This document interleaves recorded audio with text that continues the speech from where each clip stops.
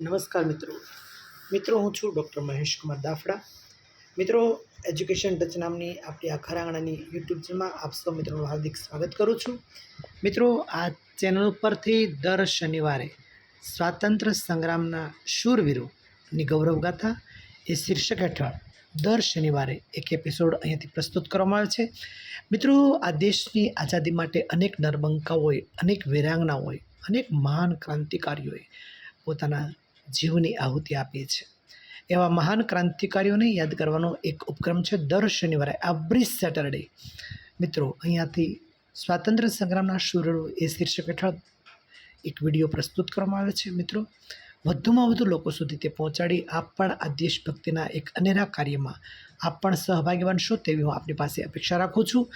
દર રવિવારે મિત્રો કરંટ અફેર્સ। મિત્રો, આજે એક સ્પર્ધાત્મક પરીક્ષાનો એક જબરજસ્ત જ્યારે ક્રેઝ ચાલી રહ્યો છે ત્યારે મિત્રો કરંટ અફેર્સ એટલે કે તાજેતરની ઘટનાઓ, દરેક વિદ્યાર્થીઓ તાજેતરની ઘટનાઓથી વાકેફ રહેવા જોઈએ। પછી ઇતિહાસ હોય, ભૂગોળ હોય, વર્તમાન હોય, ભવિષ્ય હોય, કોઈ પણ ઘટનાઓ જે બનવાની છે, બની રહી છે, એ ઘટનાઓથી વાકેફ હોવો વિદ્યાર્થી ખૂબ જ જરૂરી છે। ઇતિહાસ, ભૂગોળ, વર્તમાન કોઈ પણ ઘટનાઓથી તે સતત વાકેફ રહે એટલા માટે સ્પર્ધાત્મક પરીક્ષામાં કરંટ અફેર્સ એક વિષય તરીકે આજે જ્યારે ઉમેરવામાં આવ્યો છે ત્યારે દર રવિવારે અહીંયાથી ટોપ 10 સમાચાર પ્રસ્તુત કરવામાં આવે છે। તો મિત્રો, જે વિદ્યાર્થીઓ સ્પર્ધાત્મક પરીક્ષાની તૈયારી કરે છે એમના સુધી આ વિડીયો પહોંચાડી આપ પણ એક સારા કાર્યના સહભાગી બનશો તેવી હું આપની પાસે અપેક્ષા રાખું છું। મિત્રો, સમાચારમાં નજર કરતાં પહેલાં એક બાબત અહીંયા સ્પષ્ટ કરવા માગું છું। અહીંયાથી હું જે સમાચાર પ્રસ્તુત કરી રહ્યો છું તે સમાચાર મારા વાંચનની મર્યાદાને અનુરૂપ હોય છે। સંભવ છે કોઈ ક્ષતિ હોય તો ચોક્કસપણે કોઈ ઓથેન્ટિક ન્યૂઝપેપરનો અભ્યાસ અવશ્ય કરી લેજો, ઓથેન્ટિક મેગેઝિનનો અભ્યાસ પણ અવશ્ય કરી લેશું।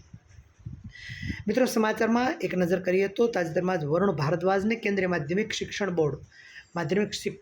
બોર્ડ CBSEના સચિવ તરીકે નિયુક્ત કરવામાં આવેલ છે। ખાસ નામે તરીકે વરુણ ભારદ્વાજને કેન્દ્રીય માધ્યમિક શિક્ષણ બોર્ડ એટલે કે CBSE બોર્ડના સચિવ તરીકે તાજેતરમાં તેમની નિયુક્તિ કરવામાં આવેલી છે।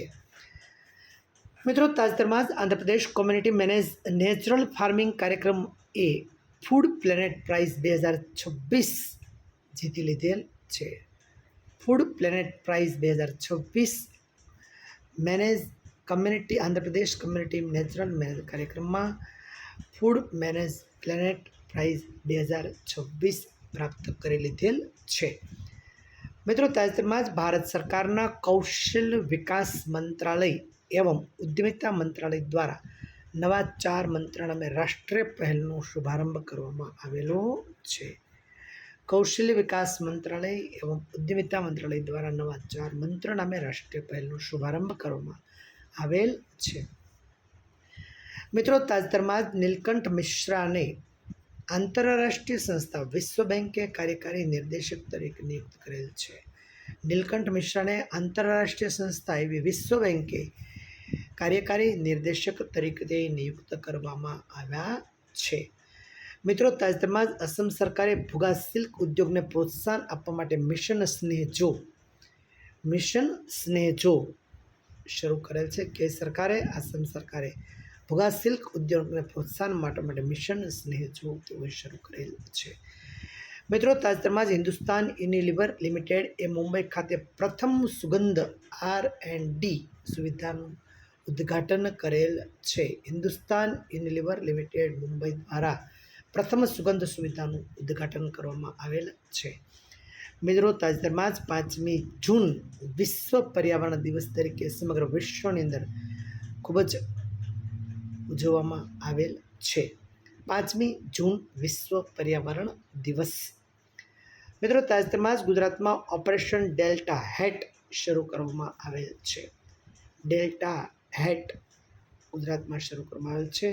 અને અંતિમ સમાચારમાં એક નજર કરીએ તો તાજેતરમાં જ વિપુલ કુમારને સાઉદી અરબમાં ભારતના રાજદૂત તરીકે નિયુક્ત કરવામાં આવેલ છે। સાઉદી અરબમાં ભારતના રાજદૂત તરીકે કોને નિયુક્ત કરવામાં આવેલ છે? તો વિપુલ કુમારને સાઉદી અરબમાં ભારતના રાજદૂત તરીકે નિયુક્ત કરવામાં આવેલ છે।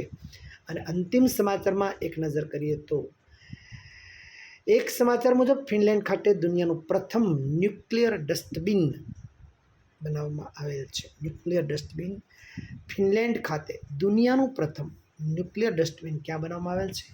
તો ફિનલેન્ડ ખાતે બનાવવામાં આવેલ છે.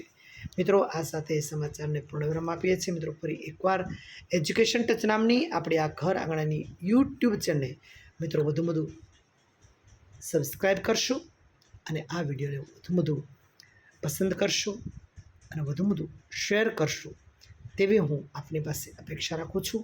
ફરી પાછા મિત્રો મળશું આવતા રવિવારે નવા સમાચાર સાથે. ત્યાં સુધી ભારત માતા કી જય.